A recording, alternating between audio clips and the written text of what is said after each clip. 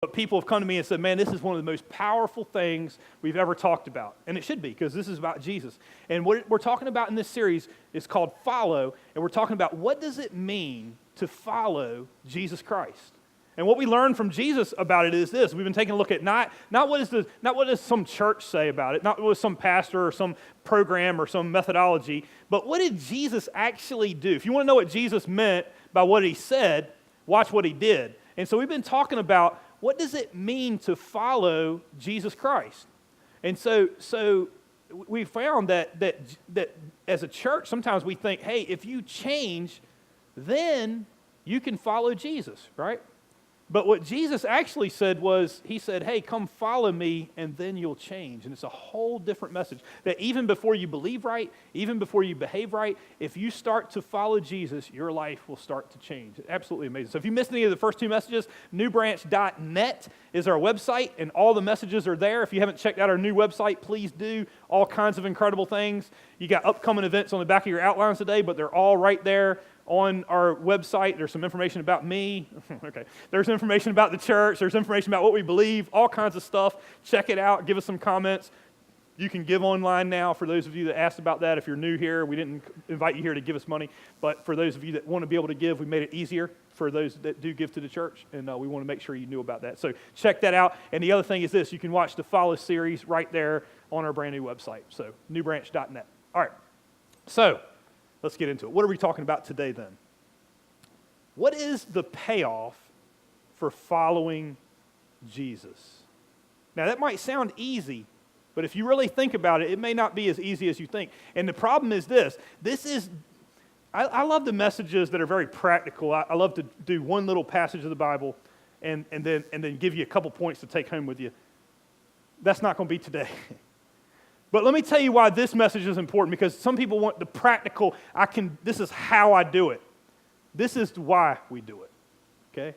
And if you don't answer the why, you're going to be stuck trying to do a lot of things and be confused about why it's not turning out right. So let me tell you a couple things that what is not the payoff for following Jesus, okay? And it's going to sound strange, but when you look at it and you read it and you actually listen to what he said, it's going to make more sense, okay? The first thing is this. It's not just heaven. That's not just the payoff. Because a lot of people go, oh, no, I got it. I follow Jesus, I get to go to heaven. That's not exactly true. Being saved allows you to go to heaven, correct? But the thief on the cross kind of broke our paradigm in saying following, because Jesus looked at him and he said, I confessed to Jesus my sin, and Jesus saved him, and he got to be in heaven that day, and there wasn't much following that went on, right? Which means you could be at the last minute of your life, accept Jesus, and then go to heaven, right? So it means that's not where following leads, right? Because you're going, well, I mean, he's just, he got saved, but he wasn't following Jesus, really. I mean, he did follow him, but not very long. So it's not just heaven, although that's the destination. And I think heaven is really more about the person of heaven than it is even the place when we talk about following, but we'll get into that in a minute. It's not just about making you a better person. Some people think that, hey, I'll just be a better person by following this 1, 2, 3, 4, 5 step thing, and then I'll be a better person as a result. That's a piece of it, but it's not just that. And the other thing is this. It's not pain-free, problem-free. And this is huge, because there's a whole industry of Christians. I don't know if it's $1 billion industry, but it's a lot of money being made on saying, if you follow Jesus, your life can be pain-free, problem-free. If you say these phrases in a certain order and you add at the end of it in Jesus' name, then anything you ask can happen, and Jesus can be your personal magician. And they'll cite cases where they'll say, well, God did it, and so therefore, and let me tell you something about that. All magic works some of the time, okay? So you say the phrases, and all magic will work some of the time, but Jesus, let me tell you about Jesus. Jesus, and what we're going to talk about today, and it's very tough, but I want to prep you for it. Jesus didn't come to be your personal magician. He came for something far better. Let me tell you something. He came for something far better than just heaven. Now, don't get me wrong. Heaven is a big piece of it. Heaven is our destination. I'm not taking away from that. But following Jesus isn't just about heaven. If you think it is, you're going to be, here's why I'm saying that. Because if that's your destination, you're waiting on heaven, and you can't really be effective in this world because that's all you're anticipating. Does that make sense? If that's your goal, if that's where you think it's leading, that's not where the place he's taking you yet. Okay? In fact, when he talks about following him, he rarely talks about heaven. Why? That should be the big thing, because he's saying, no, I want to take you to a better place than even just that. I want to take you to a better place than just making you a better person. I want to take you to a better place. Maybe you don't even know that exists. A better place than just pain-free, problem-free. And if you grasp this is the reason why it's so important. Even though it's not as practical, it will help you every day of your life if you get this. And if you don't, you're going to be totally disillusioned. And I got a feeling for some of you today, you might be totally disillusioned. You might be trying to follow Jesus and you're going, I love him, but I don't understand him. I don't know what God is trying to do. God is silent in my situation. Anybody have that? I've had it. And I was wondering why recently. Why are you silent? And today it culminates for me to go, I have to say the words, which is funny for me because I'm going, I was actually screaming the words before, and now I understand what God is trying to do. And I hope maybe you'll understand it. You know, some people go, well, it's kind of greedy. You shouldn't be asking God what the payoff is. You know, Jesus said that. He said, before you do anything, you should count the cost. You should know what the benefit is. He actually asked those questions. He's smart. He's a good communicator. And he's going, hey, before you follow me, I want you guys to know what this is about. And what he saw with his apostles was this. They were going in the wrong direction. You see, before we go here, in fact, you can turn with me because we're going to cover Matthew chapter 10 if you want to turn over to Matthew chapter 10. Here's what I know. When Jesus started selecting his apostles, we talked about this in the series, that he went down and he selected fishermen, and we found that he found Simon Peter, who was a sailor. We got any sailors in the room? I'm looking around for certain ones. Then you would understand what a sailor is like if you're in the Navy or whatever. There's certain lingo that goes on in the Navy, right? In fact, we've had to talk to some people, and I don't want to mention her name, but Jessica Miller, I'm sure you're watching later with Jessica, but, say, hey, when you work with our kids, you can't use that kind of language. I know that's in the Navy, but because she's a sailor, and she didn't even know. That's the kind of person Peter was. Maybe you didn't know. And in fact, Jesus even said that. He reprimanded him several times for going, you can't use that kind of language, Peter, even after he was a follower, okay? Because those kind of things come out. And Jesus selected the most common people, the people that we're around, the people that we're like, us. That's who he selected, just normal people. And he selected them and said, hey, come follow me before you believe right, before you behave right, before you got it all together. Absolutely. And then what? And then he went and selected Matthew the tax collector. There's sinners and then there's tax collectors, and he picks the worst of the worst. Remember? And we said, what is that like in our society? And we said, oh, the politician. That's what it's like. It's like going to the politician you can't stand the most. And right now we're getting good opportunities, right, to watch. And we're like, I don't know if I like any of them, right? And so you're like, and Jesus could actually call them? Yeah. He could change anybody. And they don't believe right and they don't behave right for sure, right? But he did, right? And we saw that he can call them and change them. And so they started following Jesus. And not long after they followed him, his earthly ministry shot up like the biggest celebrity that there was probably in the history of mankind. As he walks through and he does legitimate miracles where some people rise from the dead. When you start doing miracles, can I say it different? When you start doing some magic tricks, people show up. When they realize, hey, it's not magic, this dude really does miracles, they showed up in the tens of thousands in ancient times. There's nothing that compares to what he was doing in today's society, I guarantee you. In Israel, they were showing up in tens of thousands to see him. When he walks into town, it goes, thank you for coming because you brought all these people and we can do all kinds of business today because Jesus is here, that kind of thing. Could we sponsor you, Jesus? Could Jesus be sponsored by Chick-fil-A or, you get the idea? I mean, that kind of thing, right? I mean, that's the kind of thing that was happening in the life of Jesus was when he showed up, the popularity was huge. And his apostles were nobody knew Peter and James and John and Matthew. Well, they knew Matthew, but he was more infamous than famous. And so it was like, now when you showed up, everybody's like, wow, you're a follower of Jesus. It's popular. And Jesus saw something here, and he was like, I'm going to have to correct something because where this is going isn't where you think it is. You see, you think that it's made you a better person and made you popular. It isn't that. You thought it's just heaven. It's not just that, guys. Because you thought that it's just going to be up and up and up, and now I'm going to bring heaven to earth. In fact, heaven is here on earth, which is me. But you're missing the whole point here because you think it's just about the destination. You think that it's just about pain-free, problem-free, and look at my friend. He can do a couple magic tricks, and so therefore everybody gather around. And you go, I didn't come to be a magician, so I've got to correct these things because you don't know where it's going, but it's going to a better place than you can imagine. So let me describe how he describes what it means to be a follower. He pulls his disciples aside, and he says, guys, I got to share with you a little bit about where this is going. And they're all excited because they're like, it gets even better? Okay, so here's what he says, and you'll understand what I'm talking about. Matthew 10, verse 16. I am sending you out, and they're already excited, like sheep. They're like, we've heard that before. You're our shepherd. We're the sheep. We're really cool. Okay. I'm sending you out like sheep among the wolves. I think they probably didn't hear that at first, but they were kind of like, what?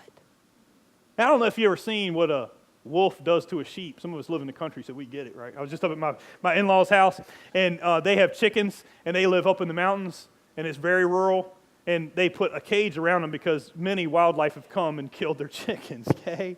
One of them was a hawk. He literally reached in there and grabbed the thing and pulled it out of the fence. It was disgusting. But that's what Jesus is describing. They've seen this. Maybe you haven't, and maybe you're not realizing the graphicness of it. But Jesus isn't being facetious. He's saying, I'm sending you out like a sheep among the wolves. What? Oh, I've seen that. What? That's not who we are, right, Jesus? Therefore, be as shrewd as snakes and as innocent as vipers, as doves. In verse 17, be on guard. You will be handed over to the local councils and be flogged in the synagogues. Huh? Right now we show up to the synagogues and they listen to you teach. That's what it means to be a follower, right? My life is better because I follow you. My life is pain-free, problem-free. Wait a minute. Flogging doesn't sound like, right? Some of us, anybody been flogged? Don't raise your hand, right? When you were a little kid, did your parents flog you? Okay. My parents flogged. Okay. We have not seen a public beating in our society. Let me say something. It did away with a lot of crime. Because here's what the Romans understood. We'll beat you within an inch of your life in public, which is humiliating, and everybody's going to watch you, and then you have a permanent reminder for the rest of your life. You did something wrong. You're never going to forget it, right? Because you got stripes on your back. So when you go fishing or you go to the beach and you take off your shirt and you're like, hey, you did something wrong, didn't you? Yeah, I did. Looks like you did too. That kind of thing. Yeah, we're a good crowd. We laugh about it. But it's not so funny because you're like, man, we're going to be flogged. But think about that for them. They're going, what? Flogged? That almost sounds like it's going to be negative following you. You mean following you is going to lead to flogging? Now, I need to make sure we're clear on something. He is peering into their future. Jesus is not talking hypothetically like this might happen to you. What he's doing over them, and I want to make sure you're clear, he's prophesying over them. Now, for some of you, that's a big word. You don't know what it means. What it means is he's looking into the future and saying, this is going to occur. It's already been written down. God already knows what's going to happen to you. And by the way, we're going to write a whole book called the Book of Acts. And when it occurs, what I'm about to say happens exactly like what he says. You'll be like sheep among the wolves. You'll be flogged in the synagogues. I'm not saying if that'll happen. I'm looking into the future, and I'm telling you as the Son of God, I can see what's going to occur. This is going to happen to you. What? And some of you guys are already thinking what I am. Why would you let that happen to me? Okay, we're going to get to that. Verse 18. On my account, you will be brought before the governors and the kings as witnesses to them and to the Gentiles. Okay, I'm good with all that. I have a feeling that's what they're saying. Except for the Gentile part. Don't think we like them, okay? They're outsiders. We're prejudiced. We don't like them. Okay. But that's okay. We'll kind of skip over that. But that's good. We'll be your witnesses. We'll kind of forget that flogging stuff you just talked about. That's crazy, right? That's crazy talk. Verse 19, he doesn't stop, though. He doesn't let up. But when, not if, but when, you want to circle that? They arrest you. I have a feeling after he said that, he had their attention. And they couldn't hear another word that he said. Okay? Think about the worst thing you could think happens to you. But when they flog you and then they arrest you, do not worry. Do not worry about what to say or how to say it. At that time, it will be given what to say.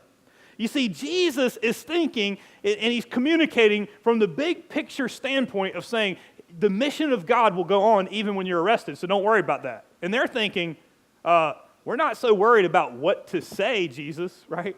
We want to be unarrested, right? We want the get out of jail free card. We want you to do your magic trick, open the doors, and get us out of here. We don't want to be flogged. You get the picture? We're not thinking about what to say. And Jesus is saying, no, this is part of the mission. Okay, but they don't understand it. And I don't think they heard anything else he said other than you're going to be arrested. And they're thinking, why can't God in all of his infinite power and wisdom and strength get us unarrested? Okay. Great question, by the way. Verse 20. For it will not be you speaking, but the Spirit of your Father speaking through you. And I still think they're going, what? Just get us unarrested. We don't need the power of the Spirit. We just need to get out of jail. Okay. Then he goes on. He goes, verse 21, brother will betray brother to death, and father his children. Children will rebel against their parents and have them put to death. Verse 22, you will be hated. You want to circle something? You want to know what it means to follow Jesus? You will be hated. You want to underline something today? Put that on your letterhead. You will be hated by everyone because of me. And then he goes on and on and on and on for several more verses, like maybe 8 more verses, so you read that for yourself, okay? About what it means to follow Jesus. And then he culminates at the end with the point.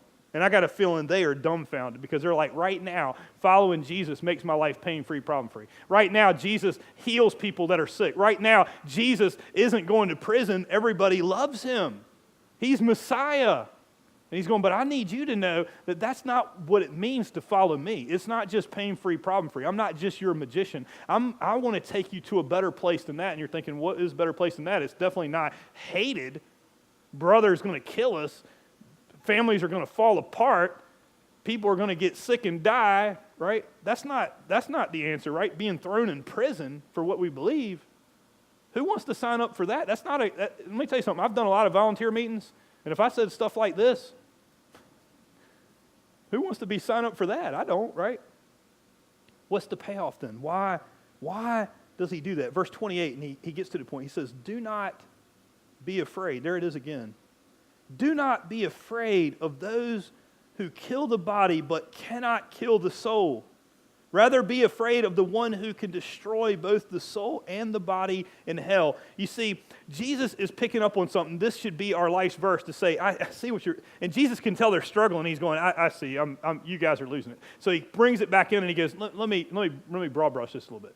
I can tell you guys are worried to death about what's going to happen to you because you think following me just makes your life easier. I can tell you didn't hear a word I said about mission, not understanding that's the more important part of this world. That taking people when you die because we're all going to die. See, the death rate's 1 per person, guys. And you're worried about death and you're not even afraid of the one who can kill the body and the soul. Now, he's not talking about being afraid of God like be scared. He's talking about fearing the Lord like you're more powerful than any of this stuff. And that should give you great resolve when you find out what it means. I'm going to be with you. You're not going to be alone in this. You're going to be okay. No matter what happens to you, he's saying you're going to be okay, and you're worried because you're focused on that, and you don't realize God's bigger than all of that. See? And they really didn't get it, and I have a feeling some of us don't either. Verse 29, are not 2 sparrows sold for a penny, yet not one of them will fall to the ground outside your Father's care? Huh? He's saying something as insignificant as a sparrow, and sometimes they're not so insignificant when they wake you up in the morning. That's what happens to me, right? They woke me up this morning, and one of them fell to the ground. I don't know how that happened, but it happened. And he's saying God knows about that. God knows about what you guys would only think are pennies. God knows. God is up front and personal. Verse 30, and even the very hairs on your head are all numbered. You know what that tells you? That God is not somewhere watching from a distance, okay? Some of you guys are old enough, Bette Midler had a song about that, right? And the whole premise of the song was, God is watching from a distance. And it's a beautiful song, I guess, if you like that kind of genre. But anyway, she sings this song about from a distance, God is watching us, and that wars look like peace to God, and when he weaves it all together, then it's good because he's watching it from such a high distance. Can I tell you something? That's a great song, but it's not true. God is saying, I know every hair on your heads, and not just for people like Charles, okay? Sorry, Charles. If you know Charles, that he can count Charles' hair is really easy. But Mary, on the other hand, he knows Mary's hairs on her head, too. That's a lot of hair. And so we're going, he has numbered all the hairs on your heads for each person. It means, you know what that means? Let me tell you something. He knows you better than you know yourself. You know how many hairs you have? You know how many hairs your children have? Let me tell you something about God. He knows exactly where you are. He is not looking up from heaven going, oh, I didn't know that was happening to you. He's saying, I know exactly where you are. I'm completely sovereign. For some of us, we're going, then why don't you do something about it? We're going to answer that. Okay. In fact, he answers it. So don't be afraid. Because why? Because you are worth more than the sparrows. You see, God has done enough. You know you can trust him. Maybe you don't know you can trust him, but today we're going to help you with that. Okay? Do not be afraid. How many times can he say it? Let me tell you, let me summarize this just a little bit for you right now. The message that Jesus was giving was not, okay, let me tell you what it wasn't. It was not, don't be afraid because I won't let bad things happen to you. I understand, there's a whole industry telling that. And if you attach Jesus' name to it, it means he ain't going to let anything bad happen to you as long as you say in Jesus' name, he'll just take care of all of it. And let me tell you something, if that's true, then what is he talking about in Matthew chapter 10? Because he goes on and on and on about all these bad things that will happen to those that choose to follow him. Okay? Just making sure I'm clear. He never said bad things won't happen to you. If you heard that, you heard it wrong. And you might be saying, well, I want to check out of this, but let me tell you something. He wants to take you to a better place. Let me tell you what his message was. Not don't be afraid because bad things won't happen, but don't be afraid when bad things happen. And today we're going to tell you why. Why are you not afraid? How can you not be afraid when bad things happen? Jesus wants to take you to a place where you have so much confidence in God that you're not afraid when bad things happen. The payoff for following Jesus is this: faith that overwhelms your fear. Let me say it again. If you follow Jesus, he wants you to know the payoff for following me isn't just heaven. The payoff for following me isn't just a magic trick. The payoff for following me isn't just pain-free, problem-free. It's a better place. Jesus wants to take you to a place where your faith will overwhelm your fear. So let me ask you a question today. Maybe you need to write this one down. In fact, I wrote it down because I didn't want to forget it. Write this question down. What would I do? What would a person like me do? What would I do if I were absolutely confident that God was with me? Whatever you're thinking about in your life, whatever's coming to your mind that goes, yeah, I know it's not pain-free, problem-free, and this is the problem that I have, and this is the one where God hasn't said much, but here's what I want to ask you a question. What would you do if you knew 100% certainty that God was with you? That God was standing right next to you? That God said, hey, I got this? What would you do? Okay. Let me give you a couple examples. Let me take you back to a couple examples in the Bible. In fact, you can write these down. These aren't in your notes. But Matthew chapter 6, we're going to skip back to the Sermon on the Mount. Jesus preaches one of the most incredible messages of all time. No one's ever done it like him. He probably communicated in a fraction of the time. The rest of us, it takes us years and years and years to start unpacking, and we don't even get close to this message that he preached in Matthew chapter 6. You want to read it, people are going, wow, this is what it means to follow Jesus. This is what it means to follow God. And he starts to tell them about things not to worry about, and he looks at his apostles, and he can tell they're struggling with it. And he says this, he says, you of little faith. Now, when he says that, he does not mean that in a mean way. You might be thinking he's insulting them, and maybe they took it that way, I don't know. But what he's saying to them is he's going, I can look at you and tell you're worried about a lot of stuff that doesn't matter, and he's getting right to the heart of the issue, and I think he's saying that to you. You of little faith. You see, you don't have the faith that overwhelms your fear. What you have is you have little faith because your eyes are on the wrong thing. See, here's where your eyes are. So do not worry, saying, what shall we eat, or what shall we drink, or what shall we wear? Now, it almost sounds like, is Jesus saying don't plan? No, that's not him. He says plan. He says count the cost. He says make sure you make provision. He says make sure you take care of your family. None of that. What he's saying is this. He's saying, I can tell that's what stresses you out. You're wondering where your next meal is going to come from. You're looking at the storm of life that's come and crushed you, and you're going, I don't think we're going to make it. And he's going, yeah, I know. You have little faith. Not that the storm won't take you. Not that you won't die, because I've already told you the death rate's 1 per person. You're all going to make it. So one day you will die. But let me ask you a question. Why are you afraid? Do not be afraid. How many times can he say it? How could he possibly say that? Fear is almost an emotion, right? So how can you choose not to be afraid. And Jesus is helping you. Who's afraid? Don't raise your hand. Who is afraid today? Who's going, I'm facing something that even nobody knows about, or maybe I've been facing it all my life, and I'm so afraid that this is going to happen. And then your worst fears come to life. And he's going, don't be afraid. You know how hard that is? It's like telling a communicator, be funny. What? It's hard. You can't just be funny. I mean, it happens, but it's not.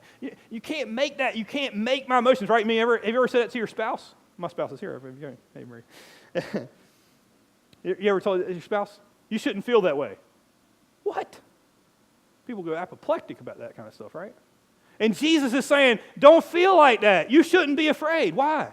Because he's going to give you something that is going to take away your fear. He's saying, you don't have to be afraid anymore. If you follow me, I could take you to a place where you never have to be afraid again. Doesn't mean we won't be afraid. It means we don't have to be. Okay. Verse 32, for the pagans run after all these things, and your heavenly Father knows what you need, that you need them. What he's telling them is this. He goes, I can tell you're worried about what you're going to eat. You're worried about what you're going to wear. You're going to worry about where your next paycheck's coming from. You're worried about your health. You're worried about all these things. And he goes, you don't have any control. If you go back, you'll see that. You have no control. But the pagans are running after these things. The pagans are worried about it. The people that don't believe in Christ, the people that are not following Jesus, are worried about all those things. And he says, but don't you know that your heavenly Father knows that you need them? In another place in the Bible, you know what it says? God knows what you need before you ask. Did you know that? Let me ask you again. What would you do for a person like you? We're 100% sure, whatever the question is that you have today, what is it that you would do if you were 100% sure that God was with you? Jesus is cutting to the chase. He's saying, you know what your problem is? It isn't that you need a miracle. It's that you don't trust in God. You have little faith. Can I say it different? If you're afraid, you're not trusting God, because you cannot trust in God and be afraid too. If there's something you're worried about, let me say it differently, because maybe you don't realize worry is fear. A lot of men are going, I'm not afraid of nothing. Yeah. Do you worry? If you're worried, you're afraid. If you're worried, you're not trusting in Jesus. And he's saying, I want to take you to a place where your faith will overwhelm your fear. How does he do that? Let me give you the other example because it might help. We'll go to Mark chapter 4. I told you this is one of those that I like to just pick one passage and go through it, but God obviously had other plans for today, for me. He said, get outside your comfort zone, you do what I ask. I want to just give you some practical things, not just keep punctuating, hey, where are you going with this, John? But I think for somebody, this is going to be so important because you're going to, in your head, every time fear comes up, you're going to go back to these stories again and again and again. So I'm going to ask you right now, Matthew 6, verse 30 and 32, and write down Mark 4, 40, and 41, because you're going to need to come back to it. Every time you're afraid, come back to it. Jesus is on the water, and they're crossing a sea or a lake. And you have to understand these lakes are big as the ocean. Some of them are. They look like they are because you can't tell the difference when you look out at the horizon. All you see is water. And as you go out on these lakes, in ancient times especially, when storms comes up, it's scary. First off, a lot of them can't swim. It's kind of tough to be a sailor. It's kind of tough to be a fisherman that can't swim. There's people that don't, though. And so they're out there, and this huge storm comes up, and they're looking around, and they're going, this is scary. The boat is going to break. Now, if you've never been out, then you don't understand what that's like. But there are times that the sea looks like calm as glass, and it's beautiful, and you see the stars, and it's like, man, this is awesome. And then in the next moment, the storm can roll in, and all of a sudden, it looks like nothing. The terrain looks like nothing you've ever seen. And it's dark, and you can't see, it's at night, you can't see anything but waves pounding you, and you feel the boat coming apart. And there's no feeling in the world. If you've been through a hurricane and you get kind of a grasp of it, where you feel the trees and you feel your house, just the joints in your house just ache. But imagine being on the sea. You don't know where you're at. It's complete darkness, and you're all there, and you're going, what do we do? This is the end, right? And they're looking around, and they're going, where is Jesus? And they find him sleeping in the bottom of the boat. You ever had that happen? I've done that a lot. I slept through a tornado once. My family just left me there, you know what I mean? Because I don't have a problem sleeping. I'm like, that's not because I'm like Jesus. I must have sleep apnea or something. But you get the picture? And so they wake him up. And he's irritated because he woke up. But he's not irritated because he woke up. He's punctuating something. And he's looking at them. And he comes out and he goes, what is wrong with you guys?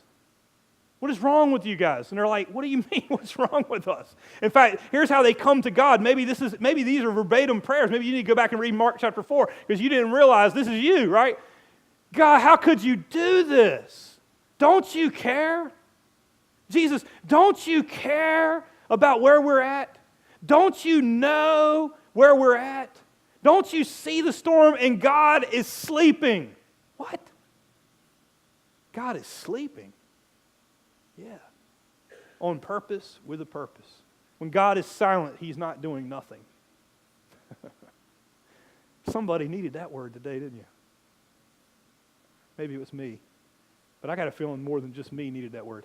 Somebody needed to hear, when God is silent, he's not doing nothing.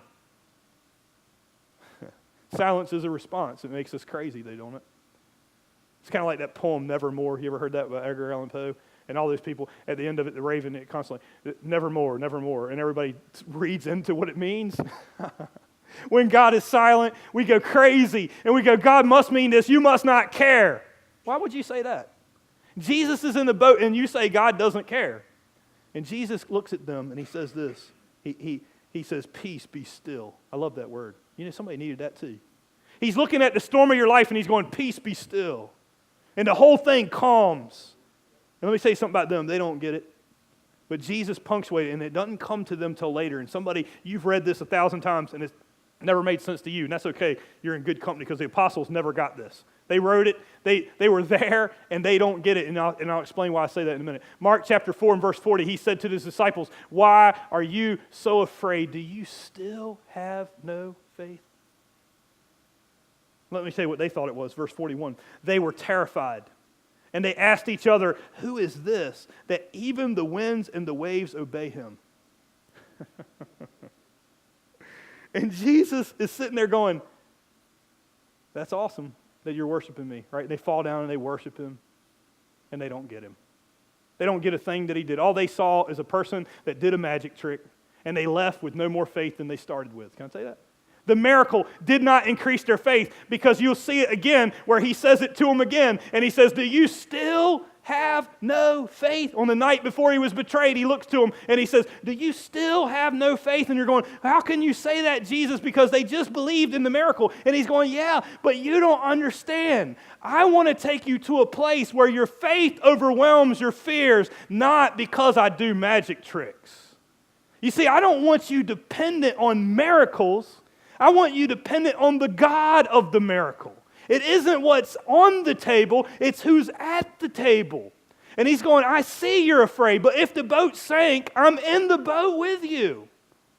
But the problem is, you don't believe in me unless I do magic tricks, right?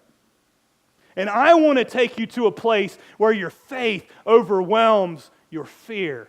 And you might be saying, well, why is that? Because God, you could just do these miracles, right? And he could. But he understands that miracles change no one. And you're thinking, well, that's kind of a bold statement, then why does he do them? No, he does good miracles. He uses them on purpose with a purpose. But they don't increase faith, and we know that. I can give you story after story, but if you want a great one, go back to the book of Exodus, where the children of Israel leaving the promise to go to the promised land, 400 years of slavery. And Moses does the greatest miracles through God that the world's ever seen. They don't believe Moses can do it. It gets worse before it gets better. And he goes to Pharaoh, and most of us know the story, right? Let my people go. Pharaoh says no. And then Moses does these miracles and blasts them. And he does such miracles that at the very end, Pharaoh in Egypt gives them so much money, it funds the trip. And they're more wealthy than they've ever been. They're slaves that now are the wealthiest people on the planet because Egypt pours money into the children of Israel. And as they're leaving, Pharaoh changes his mind and comes running down after them. And as Pharaoh's running, God doesn't do a thing, right? He's silent. And when the moment comes, you know what they do? God's brought us out here to die, right? Miracles didn't change them. I'll tell you that. They saw the miracles, but now when Pharaoh comes, they don't say, well, God's going to take care of us. God's got a plan. And they say, we can't see it, so unless you show us, unless our circumstances are good, we can't trust. You see, what God is doing is this. He's going, I don't want you dependent on your circumstances. I want you dependent on me. I want you to get your eyes off of your circumstances, good, bad, indifferent, and put them on me, because that way You don't just have to, see what happens is this, if you believe in God only when times are good, you say, hey, good things, then God must believe in me, then when times are good, guess what? God must love me, right? When times are good, that means now I have good faith. A lot of people believe this. But when times are bad, guess what? Now I don't have any faith. I must not have faith, right? I have faith in God when things are good. I don't have faith in God when things are bad. And he's going, no. What I want to do is this. I'm afraid when times are bad, right? And I'm scared when times are good. And he's saying, no. I want you to not be afraid when times are good. Because here's what I know. I've been in these situations where God did a miracle, and I can't accept the miracle. Because why? Because I'm scared something else bad's going to happen. You ever done that?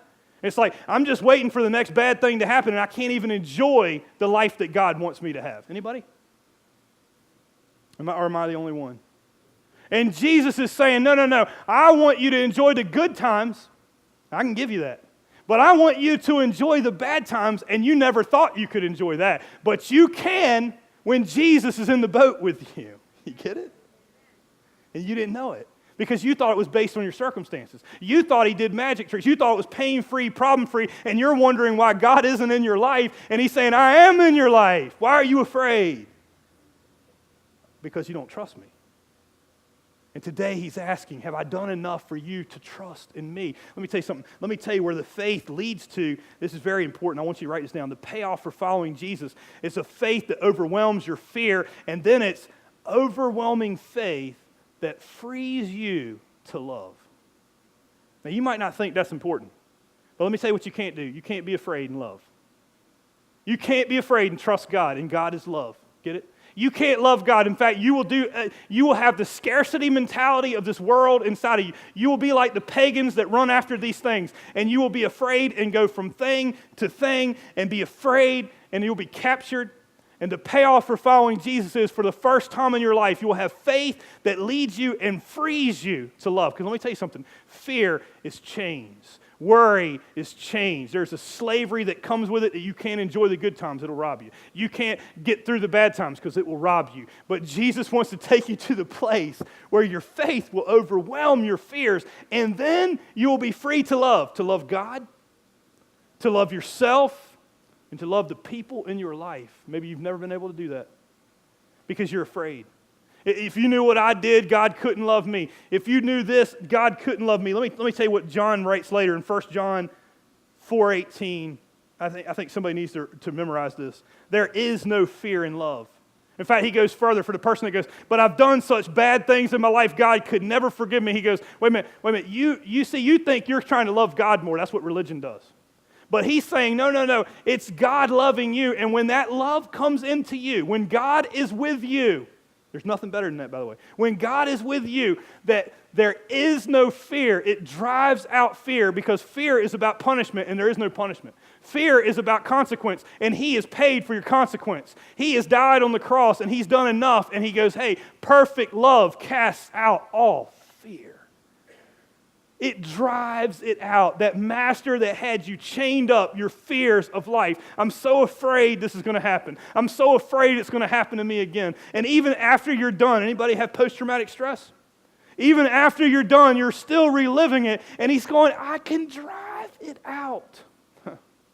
He wants to take you to that place. Trusting in God, not your circumstances. The Apostle Paul, if anyone had seen bad circumstances in his life, you can go back and read about it. But he writes this, inspired by the Holy Spirit, Romans chapter 8 and verse 28. I want you to write this down. Romans chapter 8 and verse 28. And we know that in all things God works together for good to those who love him, who have been called according to his purpose. Not maybe. We know. It is written. This is a promise of God. We know that he's going to work it out for the good. I don't know how, you're looking at your circumstance, I don't know how he's going to do that, but he can. He can work out. And the Apostle Paul had a lot of bad things, including the end of his life where he was beheaded. But he's going, I know God will work these things together for good, not because I'm just thing. Verse 35, here's what you hold on to. Who shall separate us from the love of Christ? You're free to love. You know, I've learned people that are in prison. I've learned people that are in nursing homes. I've seen people in all kinds of circumstances. One person fearing and scared to death. The other person completely at peace in the worst circumstances that there are. How can they do it? Because they understand one thing. Nothing can separate you from the love of God if you let it in. You hear it? It's true. Shall trouble, shall hardship, shall persecution, or famine, or nakedness, or sword, or loss of job, or cancer, or lack of money, or prodigal children, or crazy presidential candidates. Sorry, I added that. What can separate you from the love of God? Nothing. And what the circumstances prove is there is a faith that overwhelms your fear. And that faith will take you to a place where you're free to love. You see, Jesus understood exactly what he was saying. He goes, I could take the circumstances away, but you wouldn't have the ability to trust. And all you would trust is in the miracle. I don't want you to do that. I want you to know that I am with you. In the Garden of Eden, you know how it started? With God with us. And Jesus comes to restore a relationship with God. You get it? Jesus comes to restore a relationship with God, God with us. And then before he ascends back into heaven and he leaves the church to do its mission, you know what he says to them? And lo, I am with you always, with you, always to the very end of the age. And then in heaven, you know what heaven is all about? It says all these great things about heaven, and then it says, and God himself will be with them. Emmanuel, which means God with us. I don't care what you're going through today. It's far better than your circumstances. And I'm not telling you today God doesn't do miracles. But I think some people are staggered because they're going, yeah, how could you let this happen to me? And the question that I have for you today is this. Has he done enough for you to trust him? Now, some of you would say, no, he hasn't. Maybe you need to check this out a little bit more, right? But for the payoff for following, going, hey, man, he ain't taking all my problems away. It isn't pain-free, problem-free. This hurts. But the question isn't whether it hurts. The question is, has he done enough for you to trust him, even with the things you don't understand? That with the cross of Christ, you know what changed it for me? The cross of Jesus Christ. You know what drives out all fear? You know what drives out all hate? Which I think the two are related. If I give up my hate, it means that I have to forgive, and I'm afraid. See? I'm afraid that defines me. If I give up my hate, it means I'm letting it go. And he's going, yeah, I know you're letting it go, but is this enough? Is the cross of Jesus Christ enough for you to forgive? Is the cross of Jesus Christ enough for you to be forgiven? Is the cross of Jesus Christ enough for whatever situation you have? And if that's not enough, he also rose from the dead with all power, and he says, I hold the power of everything. And he looks to you and he says, I understand in this world there will be trouble. In fact, here's the verse, John. Okay? Let's put it up on the screen. I want you to write it down. I want you to go back and read it. John 16, verse 33. I have told you these things so that you may have peace. Some of you guys don't have peace, right? You have fear. You want to have true peace? It isn't found in the White House. You get it? You want to have true peace? He says, in this world you will have trouble. There's nothing easy about that. But take heart, for I've overcome the world. And when you have that kind of faith, here's what I know. You will have a faith that overwhelms your fear. You will have a faith that's better than just heaven. You will have a faith that's better than just pain-free, problem-free, just being a better person. You will have a faith that overwhelms your fear.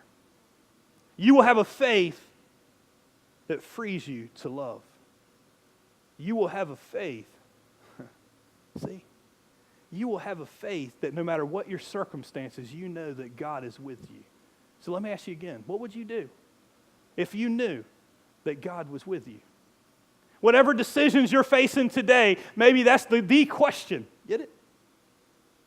That is the question. What would a person like me do if I was 100% sure God was with me? Let me ask you a question. Are you going to do it? Follow him, and he will lead you to that place. Let me tell you something. There is nothing like it. The day you understand, it doesn't mean when I see the storm, I'm not afraid. It means that when I see the storm, it's a reminder. And every now and then, we come up against the storm, and instead of being frantic, where we're getting ready to go, Instead of looking at the death and all the horrible stuff in this world, instead of looking at the finances and all the things that we need, instead of looking at the political situation, instead of looking at all the problems, every now and then we look at the storm and we see it coming and we go, you know what? I'm not going to look at the storm. I'm going to focus on Jesus. You can't do both, by the way. Because when you focus on Jesus, He will take you to that place where your faith will overwhelm your fear. And there is nothing like it. My friend, that is heaven on earth. My friend, Jesus has really told the truth when He says, I am the kingdom of God. You see, it's not what's at the table. You see, you'd have to be in love to understand this part. I've been in love. I have a wife, and I've understood. We've had meals that have been bad, and we've had meals that have been good. But some of the worst food we've ever had have been the best meals. Because it's not what's on the table, it's who's at the table. Let me tell you something, God's got an incredible table. But if that's all you're looking at, you're missing the best part. God is with you. And you're never a slave to your circumstances again. He wants to take you to that place. Will you let Him?